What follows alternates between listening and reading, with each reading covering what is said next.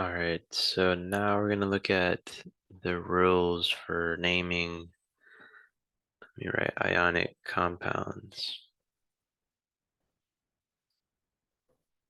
So we know how to identify them. It's a metal and a non-metal. So now we're going to look at the rule for naming them.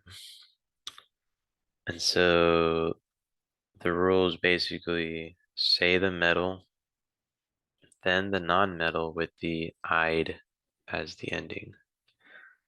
So we got some 4 examples here. So the first one is sodium bonded with chlorine.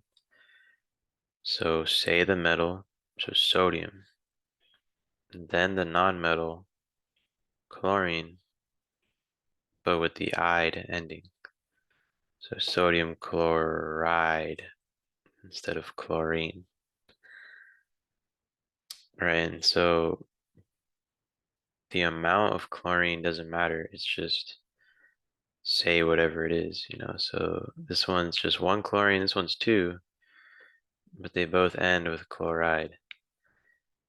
And so the ionics are easier to name because of this. No matter how many chlorines or whatever, the ending is still the same. With covalence, it's different. So we'll see that later. And so for this one, say the metal, magnesium, say the non-metal with the "ide" ending. So magnesium chloride, right? Chloride, not chlorine. And then the third one, we have K. Oh yeah, that's potassium, which is a metal. And then S, oh yeah, it's sulfur, which is a non-metal. So it's ionic. So we say the metal, potassium. And then this is sulfur, but instead of sulfur, I say sulfide. So potassium sulfide. And then our final example, we have magnesium and bromine, metal, non-metal.